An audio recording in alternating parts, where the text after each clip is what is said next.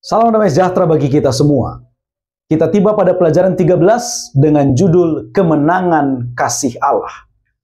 Berikut ini garis besar pelajaran sekolah Sabat.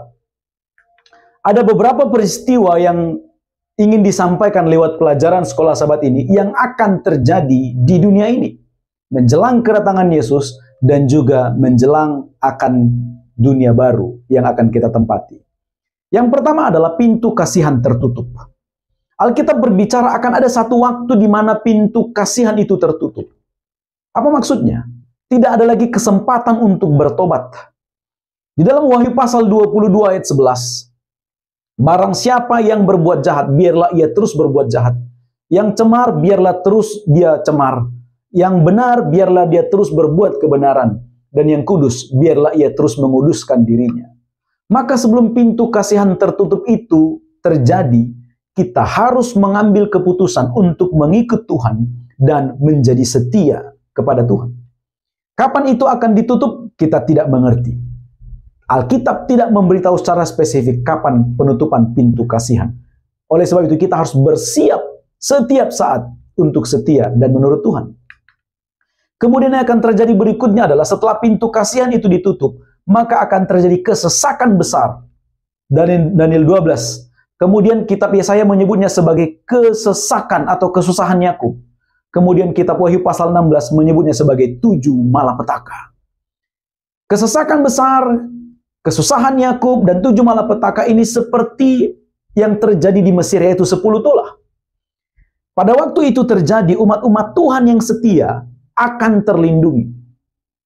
Inilah yang dikatakan Daniel 12 ayat 1, ketika kesesakan besar itu terjadi, Mikael akan muncul dan bangsamu akan diluputkan dari kesusahan besar itu. Siapa yang akan melindungi umat-umat setia? Mazmur pasal 27 ayat 5, Mazmur 91 ayat 2 katakan, Tuhan akan melindungi. Bahkan Wahyu pasal 3 ayat 10 katakan, Aku akan melindungi engkau, firman Tuhan. Lalu kemudian setelah masa kesesakan besar itu terjadi, kita juga tidak diberitahukan berapa lama masa kesesakan besar itu. Lalu kemudian yang ketiga adalah kedatangan Yesus yang kedua. Berita tentang kedatangan Yesus ini adalah pesan yang menggema sangat kuat di dalam Alkitab. Ini adalah puncak penantian pengikut Kristus. Yohanes 14 ayat 1-3 katakan, jangan gelisah hatimu, percaya kepadaku, percaya kepada Bapa. Di rumah Bapa banyak tempat tinggal. Aku pergi ke sana untuk menyediakan tempat bagimu. Dan setelah aku pergi ke sana, aku akan datang kembali menjemput engkau untuk kita tinggal bersama-sama dalam kekekalan. Pada waktu Yesus datang untuk yang kedua kali, kita akan dibawa masuk dalam kerajaan sorga. Orang-orang benar yang setia akan dibawa ke dalam kerajaan sorga. Sementara orang-orang jahat, mereka akan binasa karena cahaya kemuliaan Tuhan.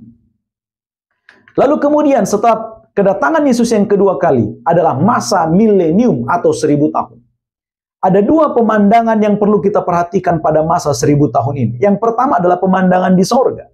Alkitab bercerita dalam Wahyu pasal 20 ayat 4-6 katakan, umat Tuhan berada di sorga selama 1000 tahun. Di sana mereka memiliki kesempatan untuk memerintah bersama dengan Tuhan. Umat Tuhan selama masa 1000 tahun itu akan dapat menyaksikan bagaimana keadilan Tuhan selama ini. Mereka juga dapat bertanya, umat-umat Tuhan dapat bertanya, apa yang mereka tidak pahami selama di dunia? Mengapa orang-orang yang mereka kenal tidak berada di sorga? Mengapa orang-orang yang mereka kira harusnya ada di sorga tidak ada di sana? Itu dalam masa periode 1000 tahun di sorga. Lalu pemandangan yang kedua adalah pemandangan di bumi.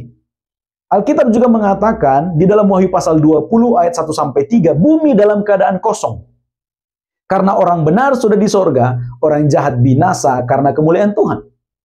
Di dalam Wahyu 20 ayat 1-3, iblis ditangkap, dirantai. Tapi ini bukan rantai dalam pengertian harfiah, rantai besi, bukan. Dirantai artinya dia dirantai oleh keadaan. Tidak dapat berbuat apa-apa. Karena orang benar sudah tidak ada di dunia, dan orang jahat sudah binasa. Dan ini berlangsung selama 1000 tahun. Jadi 1000 tahun itu iblis dirantai oleh keadaan. Lalu kemudian setelah masa 1000 tahun itu akan datang masa yang baru, yaitu Yerusalem itu akan turun ke bumi dan iblis serta pengikutnya dibinasakan. Menjelang akan berakhirnya masa 1000 tahun itu, orang-orang jahat yang tadinya binasa pada waktu Yesus datang yang kedua, mereka akan dibangkitkan berdasarkan Wahyu pasal 20. Kemudian iblis akan kembali memiliki pengikut dan dia akan mempengaruhi para orang jahat yang dibangkitkan itu untuk menyerang kota Yerusalem yang turun dari sorga itu.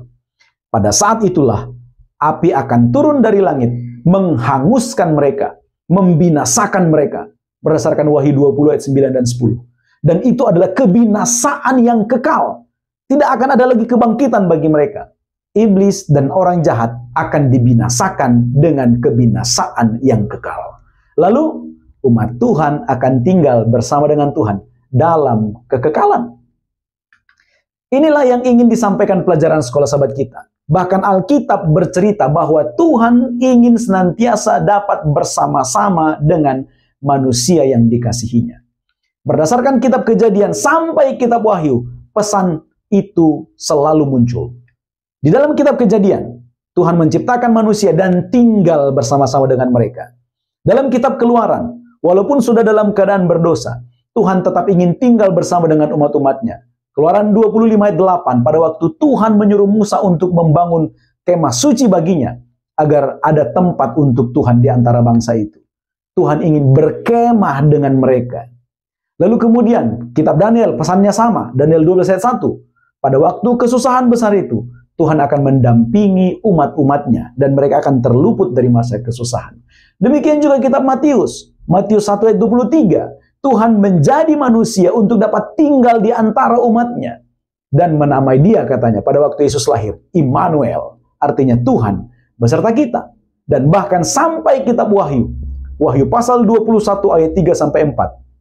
Lihatlah, kemah Allah ada di tengah-tengah manusia. Artinya pesan tentang kerinduan Tuhan untuk tinggal bersama dengan manusia itu selalu muncul di dalam firman Tuhan. Betapa bahagianya kita. Tuhan mengasihi Anda dan saya, rindu untuk tinggal bersama-sama dengan kita semua. Namun tetap, keadilan Tuhan harus dinyatakan, dosa harus dihancurkan, dan pemberontakan harus dibinasakan. Bukan bentuk kekejaman, tapi bentuk kasih Tuhan. Inilah garis besar pelajaran sekolah sahabat. Semoga dapat menolong Anda ketika Anda mempelajari secara pribadi pelajaran sekolah sahabat ini. Kiranya Tuhan memberkati.